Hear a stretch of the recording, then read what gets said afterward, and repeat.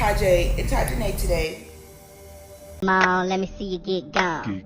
Baby mama, this your song. Been pregnant for way too long. Now tell the DJ turn it off. If she a baby mama, Go ahead. she gon' do that baby mama. March 2nd, 2025. It was just after 8 o'clock in the morning on a quiet stretch of 74th Avenue in East Oakland, California. Inside a small apartment, a young woman's life had ended far too soon. 19-year-old Devonye Cummings, known by friends and family as Yaya, had been found in her bedroom, a gunshot wound to her neck. Only 11 days earlier, she had given birth to twin daughters. But what happened next was even more startling. The man she trusted, the father of her twins, 32-year-old Terrence Miles, didn't dial 911 for help. Instead, he picked up the phone and called his mother, telling her words no parent ever expects to hear. "Mom, I shot her. I didn't mean to." In that moment, 4 children were left without the mother who had given everything she had to them. And a community was left asking, how did a young woman, barely stepping into adulthood, end up dead in the very home where she should have been safest? This is the story of Devonye Cummings, her life, her struggles, her resilience, and the tragedy that shook Oakland on that March morning. If you believe her story deserves to be heard, please like this video, subscribe, share it, and let me know in the comments where you're watching from. Together, we can make sure she's never forgotten. January 10th, 2006. In Oakland, California, a baby girl was born who would be given the name Devonye Cummings. To her family and friends, she wasn't just Devonye, she was Yaya, a nickname that carried warmth and affection. A name that stuck with her as she grew up in a world that often felt unstable. From the beginning, her life was shaped by challenges most children never have to face. Her father was incarcerated, her brother too would end up behind bars, and her mother spent time in and out of jail. These weren't just private struggles, they were things Devonye herself spoke about openly. On social media, she would often share posts with words that revealed both pain and longing. "Free my daddy, free my mama, free my brother." It was more than a phrase, it was a window into a young girl's reality, growing up with key family members absent because of the justice system. But despite those heavy circumstances, people who knew Devonye describe her as the life of the party. She had a light about her that drew others in. She was full of energy, always ready to dance, laugh, and make her presence felt in any room she walked into. She wasn't quiet or withdrawn, she radiated personality. She was joyful, fun-loving, and fiercely loyal to those she cared for. And yet, underneath that light-hearted energy was a young girl carrying the kind of burdens that force children to grow up quickly. Her childhood wasn't one of ease or stability. With her family members caught up in cycles of incarceration, Devonye's world didn't offer her the same structure or safety net that others might take for granted. She had to learn to navigate life without the consistent presence of the very people who were supposed to guide and protect her. This reality meant she was thrust into a kind of forced adulthood, developing resilience earlier than most, while still trying to figure out who she was in a world that didn't make the path easy. By 2019, Devonye was only 13 years old, still navigating middle school, still figuring out who she was as a young girl, when her life shifted in ways most teenagers could never imagine. That year, she met her first serious partner, a boy she was introduced to through a mutual friend. His name was Matthew. Their connection was quick, intense, and before long, it grew into something that felt serious, especially to someone as young as Devonye, who was searching for stability, love, and belonging. In the early months of their relationship, everything moved fast. Then came the moment that would change her life forever. At just 13 years old, she discovered she was pregnant. In October of 2019, Devonye gave birth to her first child, a baby girl she named Mayani Jana Cummings. At an age where most of her peers were worried about homework, social media drama, and middle school dances, Devonye was suddenly faced with the enormous responsibility of motherhood. She was still a child herself, yet now she had a newborn who needed her every single moment of the day. The emotional and physical weight of this reality was heavy. Sleepless nights, constant demands, and the feeling of being overwhelmed became part of her everyday life. Despite her age and the struggles that came with it, Devanya never wavered in her devotion to her daughter. She posted online about her challenges, sometimes leaving cryptic messages about feeling like she wanted to disappear or needing a break. Those posts reflected her exhaustion and the crushing weight she carried. Yet through it all, one thing was clear: her daughter was her reason to keep going. She may not have had guidance, she may not have had a strong support system, but her love for her baby girl gave her purpose. Her relationship with Matthew didn't survive the pressures of such young parenthood. What had once seemed like a bond between two teenagers unraveled under the reality of diapers, late nights, and financial stress. But one thing remained: Matthew stayed in his daughter's life. That consistency mattered, even as Devanya had to face the hard truth that the stability she longed for in her relationship wasn't going to last. By the time Devanya was 16, she was already carrying the weight of responsibilities that most adults struggle with. She was a teenage mother, trying to balance her own growth with the constant demands of raising her first child, and yet her search for love and stability led her into another relationship. This time it was with someone who went by the name Banga, known on social media as BBMG. Unlike her first relationship, this one played out more publicly. Banga had a presence online, and with that came attention, drama, and the constant noise of outsiders watching their every move.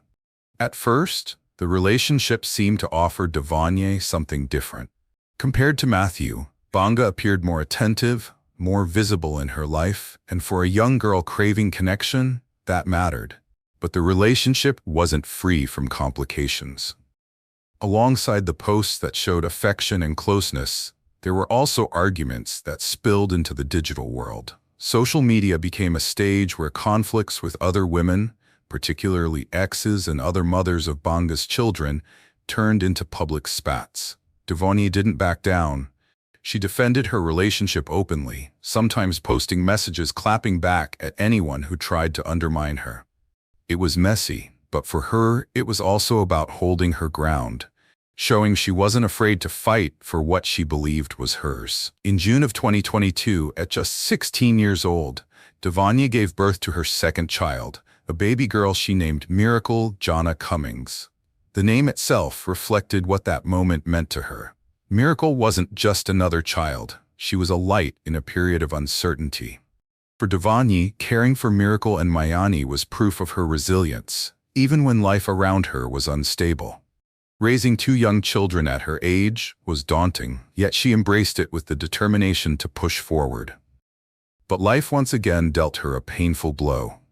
In June of 2023, tragedy struck when Banga died unexpectedly.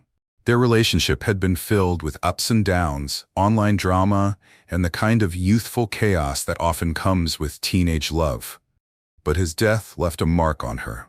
For someone who had been labeled by outsiders as reckless or loud, her actions after his passing told a different story. She mourned deeply, showing a side of her that was vulnerable and full of care. She even made promises to look after his other children, extending her compassion beyond her own household. That moment revealed something essential about who Devanya was. Despite being young, despite the hardships, and despite the criticism she often faced online, she carried a heart that was bigger than her circumstances. She wasn't just trying to survive, she was trying to love, to care, and to show loyalty even when life kept stripping people away from her. By the age of 17, Devanya was no longer just a teenager trying to find her place in the world. She was a young mother raising two children on her own. The loss of Banga left her with the full weight of responsibility. And while most girls her age were still finishing high school, worrying about prom or college applications, Devanya was working to keep food on the table and clothes on her daughters' backs. Life demanded more from her than it ever should have, and she did what she could to meet those demands. She took on different jobs, worked long hours, and pushed through exhaustion because she didn't have the luxury of stopping. For her, it wasn't about choice, It was survival. But survival carried a cost. Her social media told a story between the lines, one that reflected her emotional battles. Sometimes her posts would hint at wanting to escape, at running away, or disappearing altogether. They carried the weight of someone overwhelmed by responsibilities far beyond her years. Yet even in those moments of exhaustion and frustration, the one thing that kept her grounded was her love for her children. She may have expressed feelings of wanting a break from the heaviness of her life, but she never wavered in her devotion to Mayani and Miracle. Her daughters were the reason she kept moving, the reason she pushed through when life gave her very little support. By the time Devani turned 18, her path crossed with a man who would change everything. His name was Terrence Miles, and at 34 years old, he was nearly twice her age. Terrence was not an unknown figure to the justice system. His background was marred by a violent criminal record that included serious offenses such as assault with a deadly weapon. He had already shown through his past that he was capable of harm, and for many, those details would have been enough to keep him at a distance. But Devani was young, raising 2 children with limited support, and her life had been a constant search for stability that seemed to slip through her fingers each time she got close.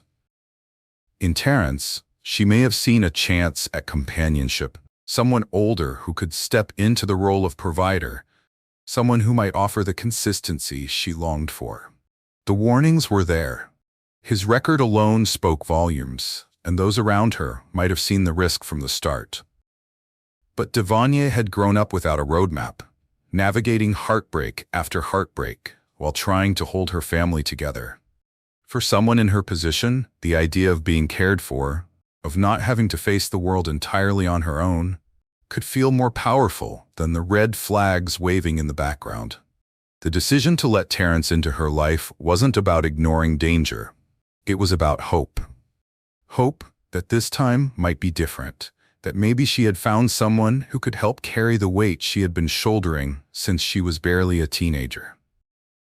Terrence offered what seemed like security, but underneath that surface was a history of violence that would eventually make its way into her life. In August of 2024, not long after her relationship with Terrence had begun, Devani experienced something no young mother ever wants to face. She suffered a miscarriage, losing the pregnancy before she could ever hold that child in her arms. It was a painful reminder of how fragile life could be, and for a girl who had already been forced to carry so much, it was another wound added to years of hardship. Yet, as heavy as that moment was, she tried to move forward, and by September of that same year, she discovered she was pregnant again. This time, she shared the news with joy. On social media, her posts reflected the excitement she felt, the hope that even after loss, there could still be new beginnings. Her words and updates carried a tone different from some of her earlier, more cryptic messages. There was humor, there was love, there was anticipation for the future she was trying to build. She embraced the idea that this new pregnancy could bring her the stability she had long been searching for, not just for herself, but for her growing family. On February 21, 2025, Devani gave birth to twin daughters through a cesarean section. At just 19 years old, she became a mother of 4, holding 2 newborns who represented both a fresh start and another layer of responsibility. For her, the arrival of the twins was more than just another chapter in motherhood. It was a blessing she cherished. Friends and family saw her light up as she introduced her daughters to the world. Pictures and posts captured her happiness, the pride in her face as she celebrated these new little lives. But joy would not last long. 11 days after their birth, Devani would be gone. The happiness she felt, the dreams she carried for her children, and the fragile sense of hope she clung to after years of struggle would be cut short in a way no one expected. Her story, already filled with hardship, had reached the edge of a tragedy that was waiting only days away. The morning of Sunday, March 2, 2025, began like so many others for 19-year-old Devani Cummings, though few could have imagined how it would end.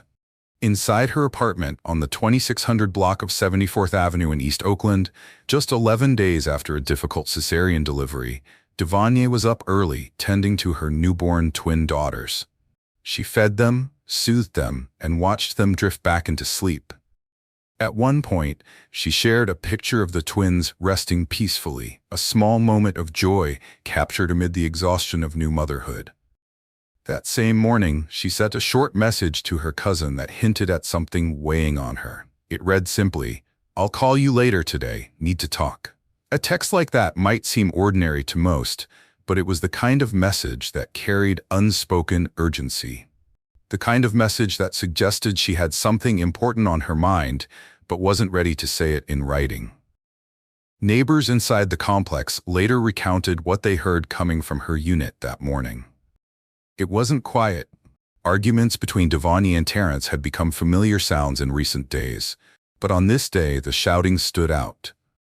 Witnesses described Terrence's voice rising above the rest, at one point shouting, "You had kids before. Why are you acting helpless now?"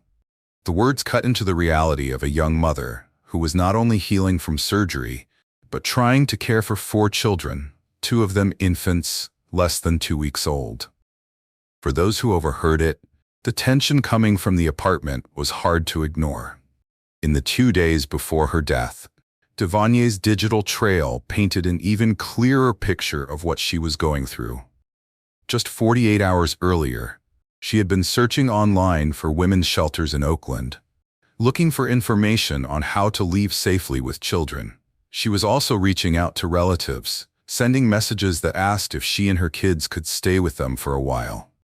Taken together, her online searches and private texts revealed a young mother quietly looking for a way out, a way to protect herself and her children from what she felt was becoming an unsafe situation. All of this, her early morning routine with the twins, the quiet plea in her message to her cousin, the shouts echoing through the apartment walls, and her desperate searches for shelter, formed the backdrop of her final hours. For Devonye, March 2nd began as another morning of caring for her babies, but just beneath that there were clear signs of fear, exhaustion, and the hope for an escape she had not yet found. Sometime between 8 o'clock and 8:20 on the morning of March 2nd, 2025, the tension that had been building inside the small apartment on 74th Avenue reached its breaking point. What began as another argument between 19-year-old Devonye Cummings and 32-year-old Terrence Miles ended with a single, devastating gunshot. The round struck Devonye in the neck, leaving her mortally wounded in the bedroom she shared with the father of her newborn twins. She had given birth only 11 days earlier, and now her life had been cut short in an instant. In moments like these, instinct should drive someone to call for help. But Terrence did not pick up the phone to dial 911. Instead, he reached out to his mother. On the line, his words were panicked, alarming, and unforgettable. "Mom, I shot her. I didn't mean to." It was not a plea for immediate medical assistance, not an effort to save the life of the young woman bleeding in the next room, but a confession delivered to his own mother. She tried to process what her son was telling her, tried to calm him down. But as the seconds passed, one truth became clear. Devonye was not receiving the urgent help she desperately needed. Minutes later, realizing the gravity of what had been said to her, Terrence's mother made the call that her son should have made. She phoned 911 and told the dispatcher that she had just received a disturbing admission from her son, that he had shot his girlfriend inside their apartment. That call brought Oakland police racing to the scene. But for Devonye, time had already run out. The choice Terrence made in those critical moments, the decision to call his mother instead of immediately reaching for emergency services, left questions that would hang heavy over the case. Was it panic, guilt, or calculation? Whatever the reason, the fact remained, the mother of 4 was gone before help ever had the chance to arrive. When officers from the Oakland Police Department responded to the call that morning, they arrived at an apartment complex located on the 2600 block of 74th Avenue near Hillside. The details relayed by the dispatcher had already been chilling. Terrence Miles's own mother had reported that her son confessed to shooting his girlfriend. As police made their way into the apartment, the scene inside was as heartbreaking as it was disturbing. Terrence was found seated in the living room, and next to him were the couple's newborn twin daughters. The infants were in their bassinet, spared from the violence, but present in the aftermath of it all. Officers quickly secured the area and directed their attention to the bedroom, where the body of 19-year-old Devanya Cummings lay motionless. Paramedics on the scene could only confirm what was already evident. She had died from the gunshot wound to her neck. The sight of a young mother, gone just days after giving birth, added a weight to the silence that filled the room. 4 children would now grow up without her, and 2 of them would never remember the mother who had fought through so much to bring them into the world. Investigators searched the apartment for evidence and recovered a Glock pistol from the dresser in the bedroom. That weapon should never have been in Terrence's possession to begin with. As a convicted felon, the law barred him from owning or carrying a firearm. But here it was, the gun that had just ended Devanya's life. Forensic examination of the scene began immediately, and what they uncovered raised even more concerns about Terrence's account of what happened. He had told his mother the shooting was an accident, but the physical evidence did not support that claim. The angle of the wound was inconsistent with a gun going off while being handled casually. There were no powder burns on his skin, a sign that the shot had not been fired at close range while he was holding the weapon as he claimed. Even more troubling, the pistol showed signs of being partially wiped clean of fingerprints, suggesting that after the shooting, there had been an attempt to remove traces from the weapon instead of calling for urgent medical help. With the evidence pointing directly to him, officers at the apartment wasted no time in placing 32-year-old Terrence Miles under arrest. He was taken into custody on the spot, escorted out of the unit, where only minutes earlier he had been sitting in the living room with his newborn daughters while their mother lay dead in the next room. Has a lengthy criminal past. The charges he faced reflected the gravity of what had happened inside that apartment. Prosecutors moved forward with murder, citing the evidence that contradicted his claim of an accidental shooting. In 2015, alongside the murder charge came domestic violence, a recognition of the volatile relationship that neighbors and digital records had already pointed to in the days leading up to her death. And because the weapon recovered was a Glock pistol that he was prohibited from owning due to his criminal history, Terrence was also charged as a felon in possession of a firearm. After being booked, Terrence was transported to Santa Rita Jail in Dublin, California, a facility that holds many of Alameda County's most serious offenders. For Devanya's family and community, his arrest was a necessary step, but it could not erase the pain of what had already been lost. Her life was gone, 4 children had been left without their mother, and yet the legal process was only just beginning. Court documents confirmed that Terrence's first scheduled appearance was set for April 1, 2025, where he would be arraigned and formally hear the charges against him read aloud before a judge. That arraignment date marked the start of what would likely be a long and painful legal process. For investigators, it was the next step in making sure the physical evidence, the witness accounts, and Terrence's own words to his mother would be presented clearly in a courtroom. For Devanya's loved ones, it was a chance to see accountability, even though no outcome could ever bring her back.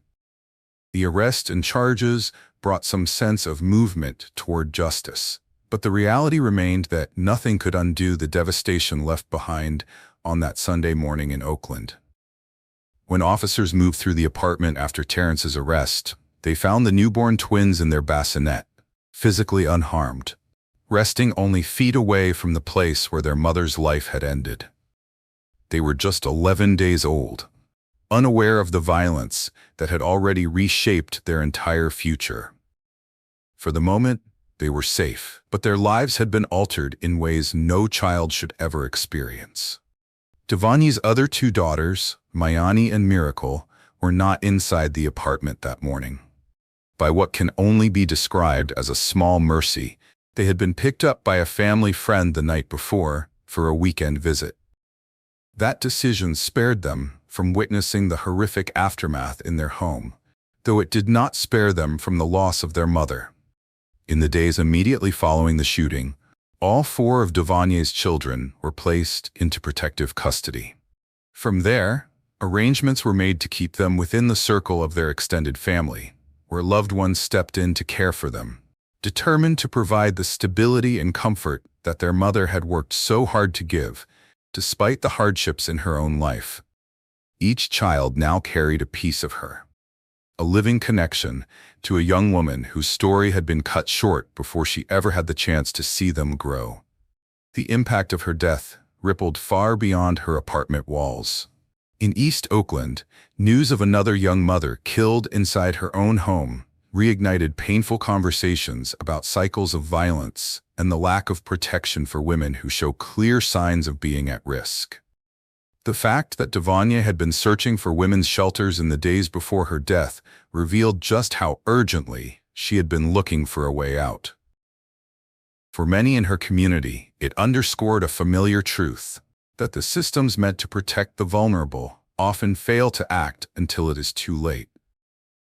The murder of Devania Cummings was more than a single act of violence inside a small apartment in East Oakland. It became a painful reminder of the dangers faced by women caught in relationships where control, fear, and abuse replace love and safety. Her story highlights the very real threat of intimate partner violence, a danger that often escalates after childbirth when women are most vulnerable. For Devania, that danger was compounded by her age, her limited resources, and the responsibility of caring for four young children with little consistent support. Her death also shines a light on the unique vulnerability of young Black women who must navigate the pressures of poverty, systemic neglect, and predatory relationships. From an early age, Devania was forced to grow up without a steady safety net. She lost the guidance of her parents to incarceration, faced instability in her home life, and entered motherhood as a child herself. These layers of hardship made her more susceptible to men who promised stability but came with histories of violence and control. The warning signs were there: neighbors who heard the arguments, her own online searches for shelters in the days before her death, but the systems in place did not act fast enough to provide her a safe way out. This was not just another statistic. This was a 19-year-old mother with 4 children, dreams, and a will to survive. Her story reminds us how domestic violence steals futures, families, and hope.